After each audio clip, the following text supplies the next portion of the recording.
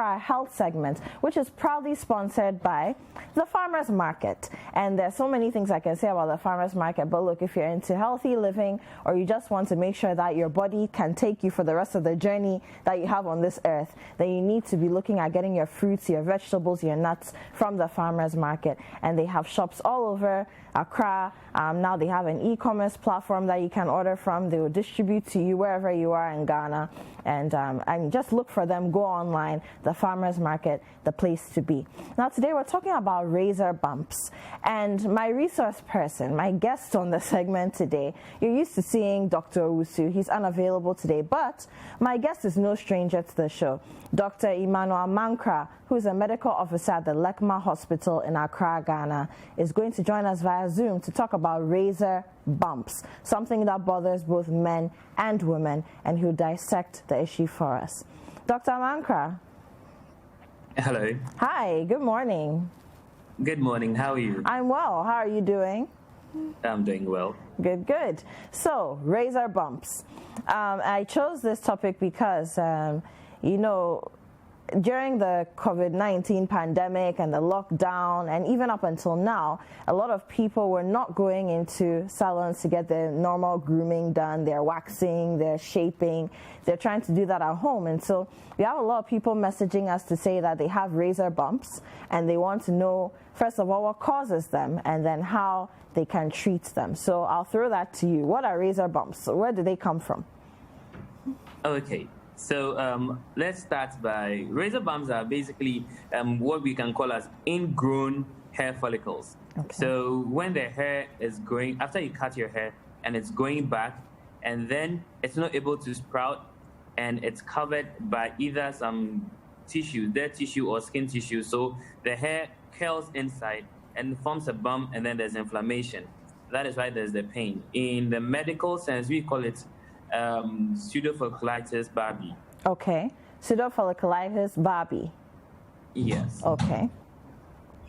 Okay. So now we know what causes them, ingrown hairs. Can you please expand on that a little bit? What do they look like on our skin so that if somebody sees it, they know what they're dealing with? Okay. So on our skins, we see bumps, and sometimes they get swollen, can get very painful and a bit inflamed. Okay. It's more common in African and African Americans because of our texture of hair. Our hair is more curled. Okay. So the risk of it being ingrown is more because it's curled and not as straight as the Caucasians. Okay. And also it's more common in men because of the areas where you can have the hair follicles, especially our beard, our hair, but usually more with our beard and anywhere that we have hair. But men generally have more hair follicles in these areas than women. Okay, so apart from the facial area, the beard area, I mean, there are some women who also have facial hair and they have to wax or tweeze from time to time. But apart from those areas, are there any other parts of the body or parts of the skin that you could risk getting razor bumps at?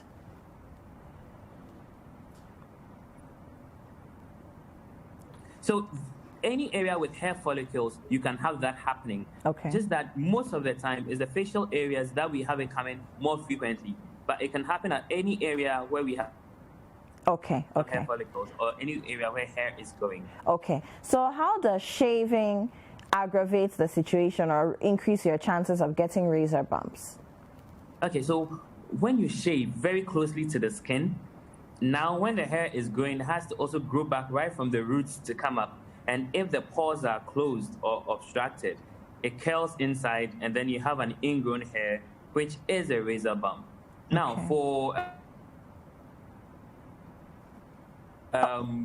waxing procedures like waxing, because of the way the process is done, it opens up the pores as well. So, for example, waxing decreases your chances of having the razor bumps because once the thing comes off, it opens up the pores. So it gives the chance for the new hair to grow. Okay. Now, Oh, no, please go ahead. Sorry? Please go ahead. So you're saying waxing gives a chance for the new hairs to grow because just by the way the process is designed, it opens up the pores, right? Yes. Okay. So is waxing something that, I mean, typically when we hear of waxing, women do waxing. But is it something that men should be considering as well? Well, I think if waxing is not so, well, some people may not be so comfortable with waxing, you should do exfoliating as well, which also men don't like doing because we don't like taking care of our skin that much. So, I mean, last week we had a skin therapist, a beauty therapist come through and talk about, how to cleanse your skin, and exfoliating came up a bit. But could you please just talk a little bit about that? What are some of the things we can do to make sure that we are exfoliating, especially our men, so that they don't risk getting razor bumps so often?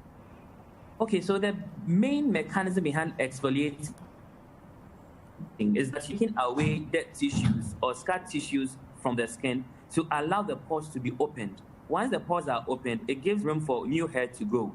So that is the main purpose of exfoliating. It clears the pores up. It takes away dead tissues or anything on the face to give room for pores to be opened so that the new hair can grow.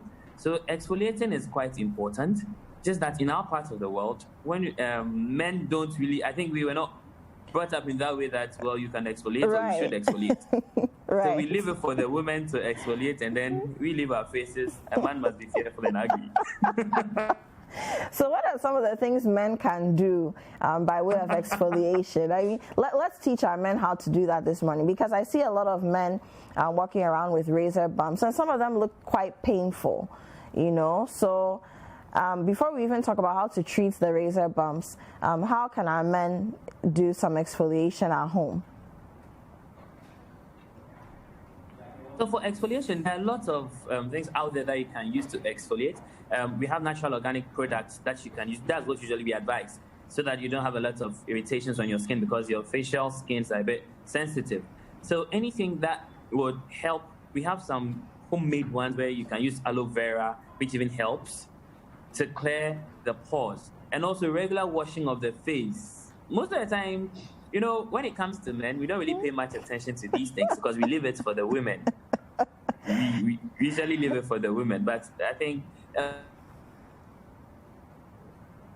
good skincare routine is also important for us as well, so that we can all look good.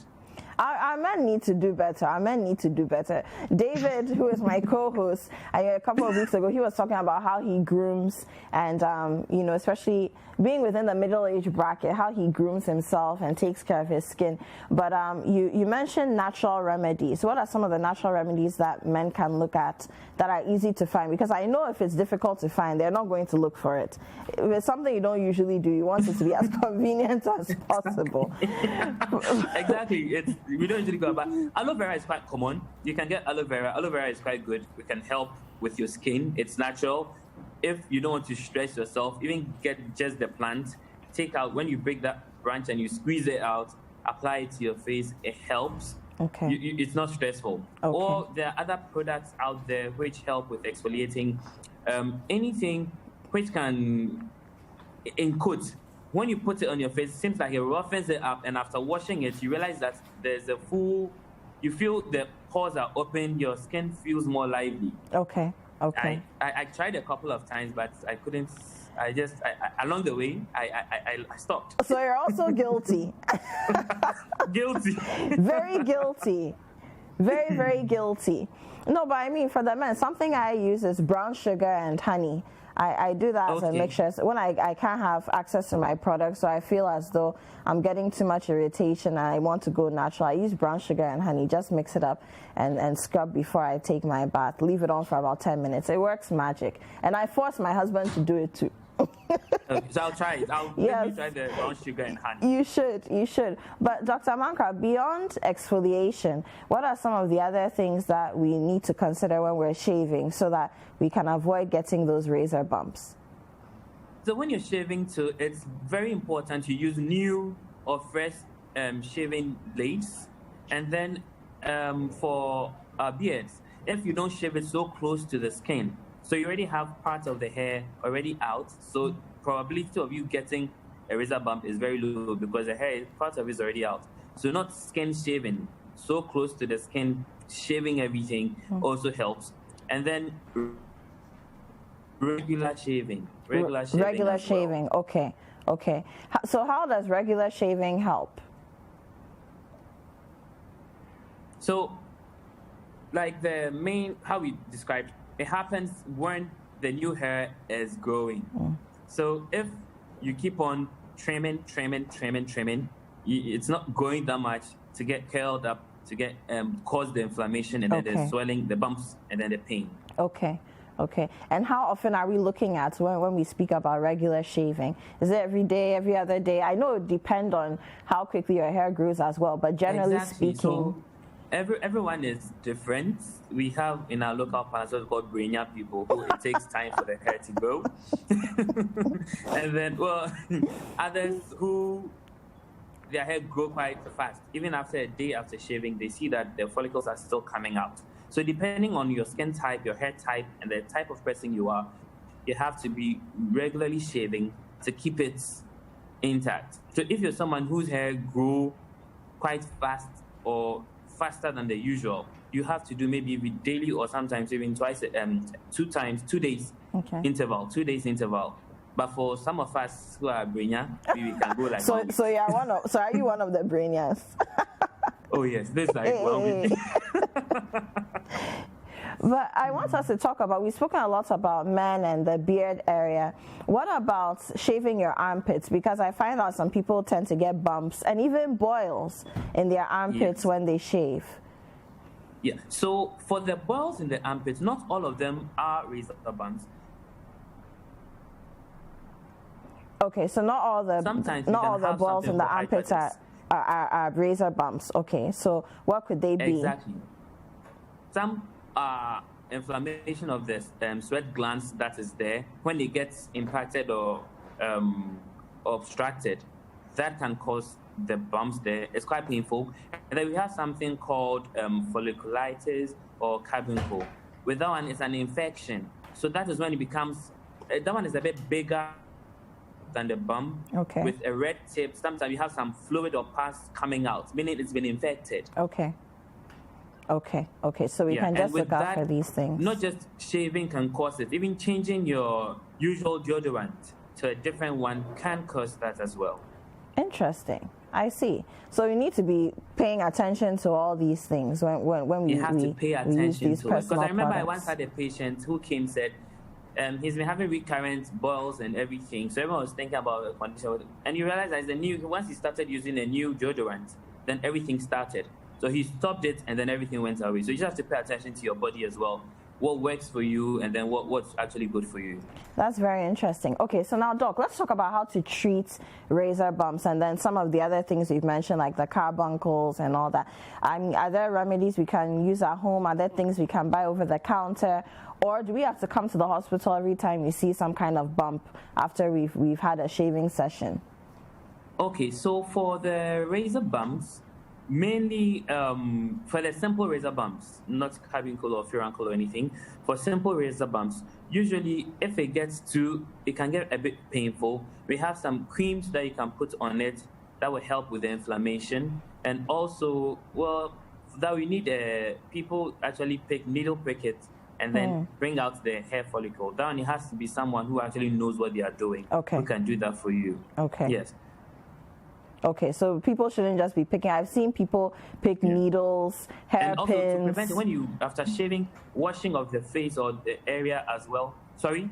I was just saying that I've seen people pick up needles, pins, hairpins, tweezers, and start trying to pull out the ingrown hair. So no, people shouldn't do that. That has to be done by a professional, right? Someone who knows what they are doing, not necessarily a health professional, but someone who knows what they're doing. A cosmetologist can do that. Or someone who just know what they are doing, basically. Okay. So, Doc, you were saying, apart from the creams that you could buy over the counter, what else can we do?